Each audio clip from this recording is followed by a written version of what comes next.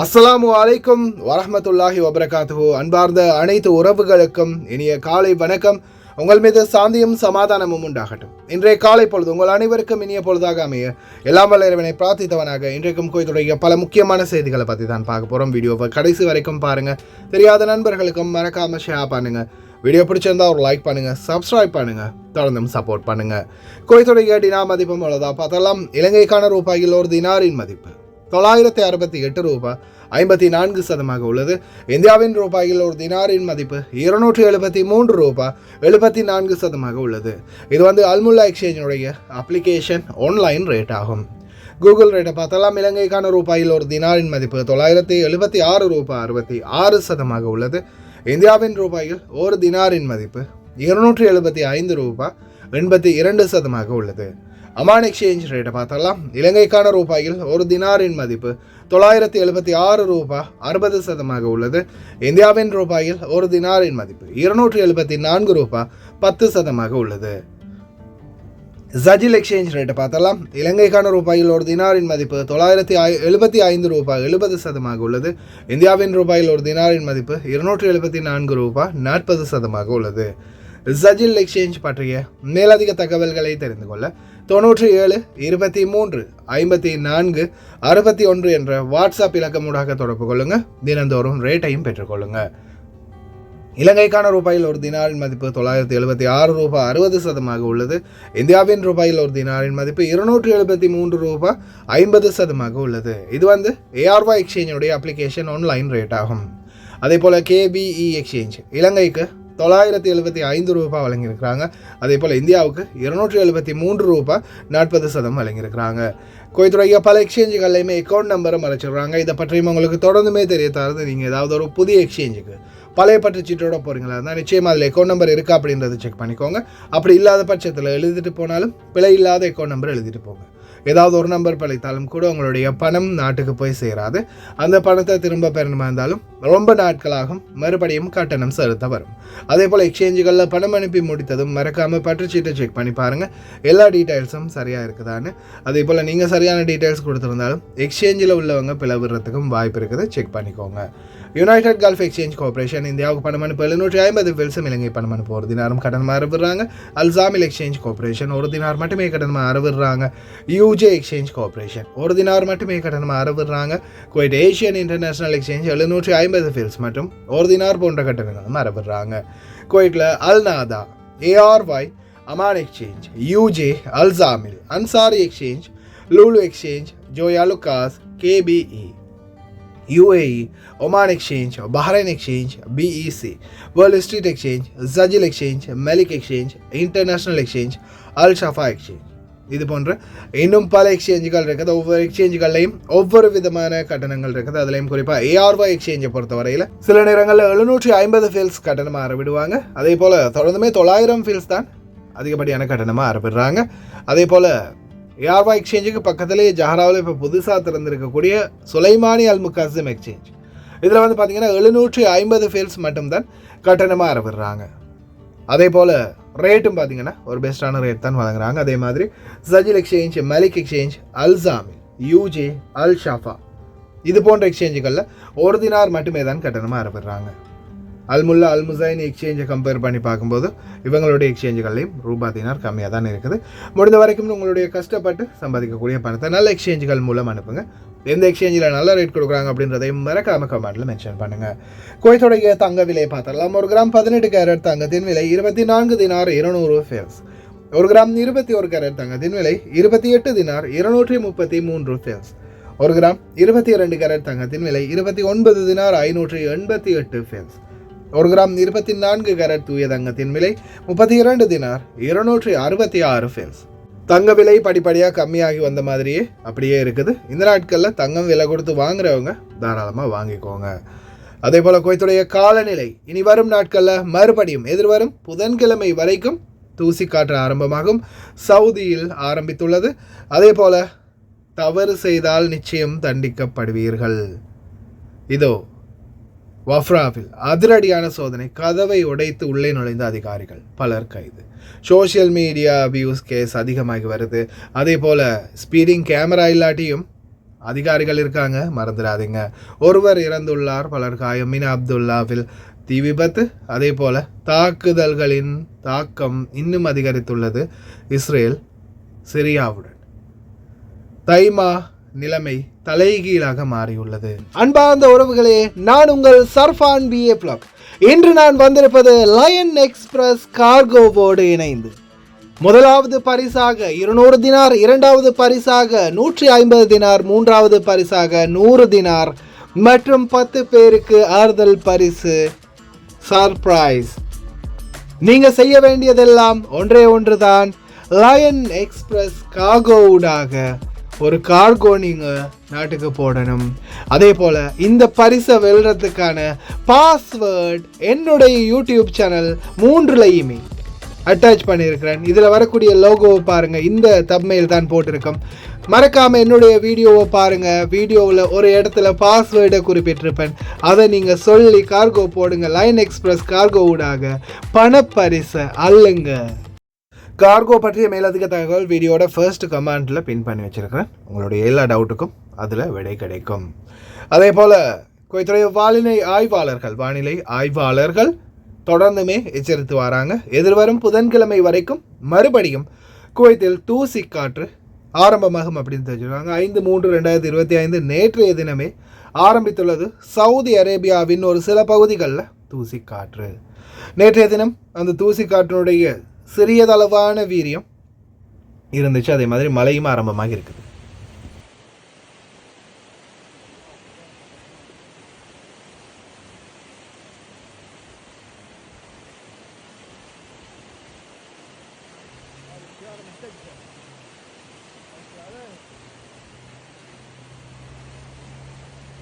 இந்தோனேஷியாவில் மறுபடியும் பூகம்பம் பதிவாகி இருக்குது. 6.2 ரிக்டர் அளவிலான பூகம்பம் பதிவாகி இருக்குது. ஆனாலும் பெரிய அளவில் எந்த ஒரு சேதமும் ஏற்படவில்லை அப்படின்னு தெரிவிச்சிருக்காங்க.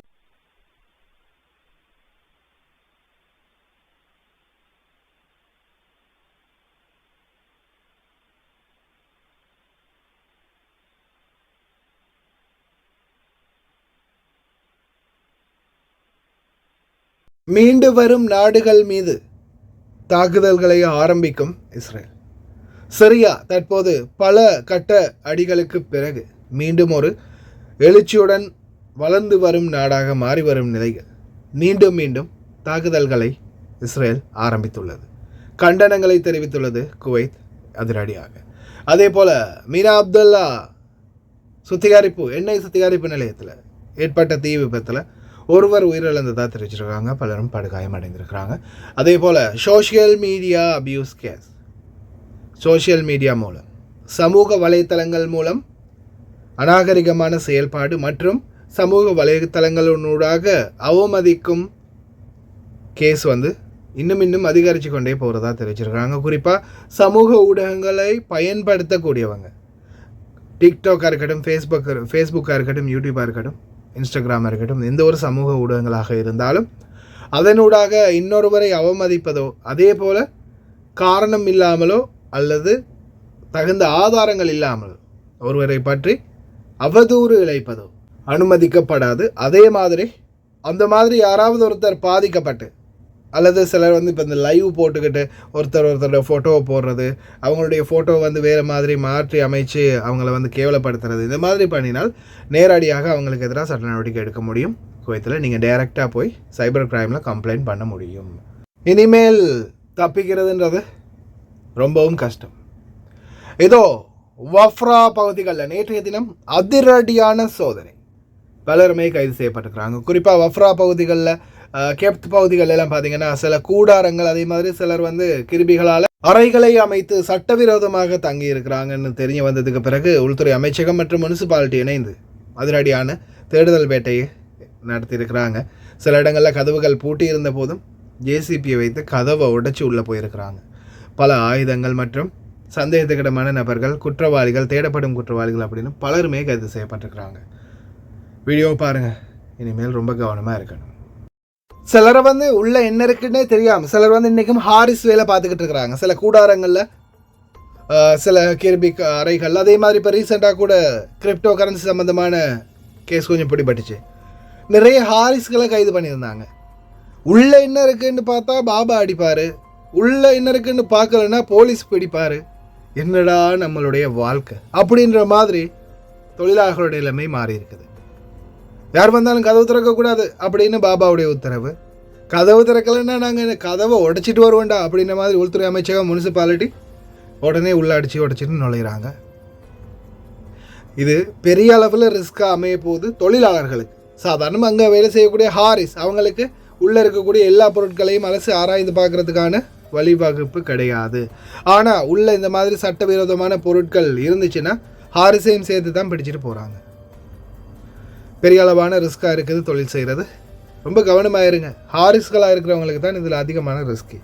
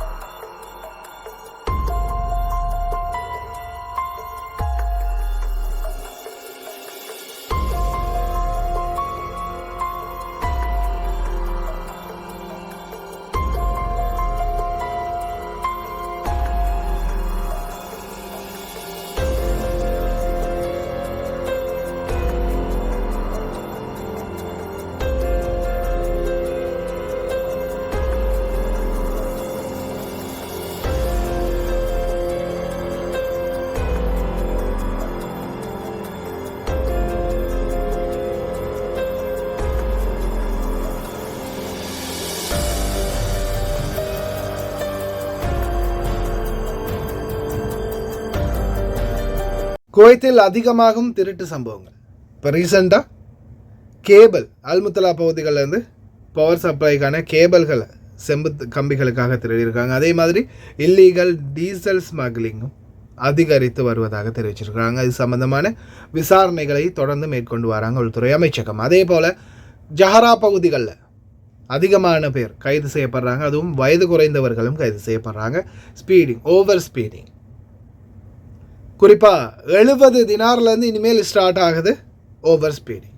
அதே மாதிரி நீங்கள் டிராஃபிக் ஆக்சிடெண்ட், ஒரு வாகனத்தோட ஆக்சிடெண்ட் ஆகினா முன்னாடி 20 தினார் தான், 20 தினார் தான் ஃபைன், அபராதம் 20 தினார் தான் இருந்துச்சு. ஆனால் இப்போ புதிய சட்டத்தின்படி 50 தினார் ஃபைன். நேற்று தினம் ஒரு சகோதரரும் எனக்கு இதை பற்றி அனுப்பியிருந்தார். செக் பண்ணி பார்க்கும்போது அவங்களுடைய வாகனம் ஆக்சிடெண்ட் ஆகியிருக்குது. ஒரு வாகனம் முன்னாடி போன ஒரு வாகனத்தில் மோதி இருக்கிறாங்க. அப்போ ஒருத்தருக்கு 2 பேருக்குமே இன்சூரன்ஸ் பேப்பர் கொடுப்பாங்க. அதில் ஒருத்தருக்கு தான் கிளைம் பண்ண முடியும். ஆனால் இதில் இருக்கிற பிரச்சனை என்னென்னா, ஒருத்தர் ஆக்சிடெண்ட் பண்ணினவருக்கு பார்த்தீங்கன்னா முக்காலஃபா விழும், இன்னொருத்தருக்கு இன்சூரன்ஸ் போகும். முக்காலஃபா முன்னாடி 20 தினார் தான் இருந்துச்சு. ஆனால் இப்போது 50 தினார் முக்காலஃபா, அபராதம் 50 தினார். இனி வரும் நாட்களில் ரொம்ப பக்குவமாக வண்டி ஓட்டிக்கோங்க, இல்லைன்னா டிரைவர்ஸ் சம்பளம் போச்சு. தைமாவின் நிலைமை மொத்தமாக தலைகீழாக மாறி இருக்குது. ஆனால் இனி வரும் நாட்களில் இது மிகப்பெரிய ஒரு பிரளயமாக வெடிக்கிறதுக்கும் வாய்ப்பு இருக்குது. ஏன்னா பெதூன்களுடைய இடங்கள், அவங்க தங்கியிருந்த இடங்கள் அனைத்தையுமே அடித்து சுக்கு நூறாக உடைக்கிறாங்க. இந்த ஏரியாவில் சில ப்ரொஜெக்டுகள் வரப்போகிறதாகவும் தெரிவிக்கிறாங்க. ஒரு சிலருக்கு புதிய வீடுகள் வழங்க போகிறதாகவும் தெரிவிக்கிறாங்க. ஆனாலும் பாதிக்கப்பட்டவர்களுடைய எண்ணிக்கை ஏராளம்.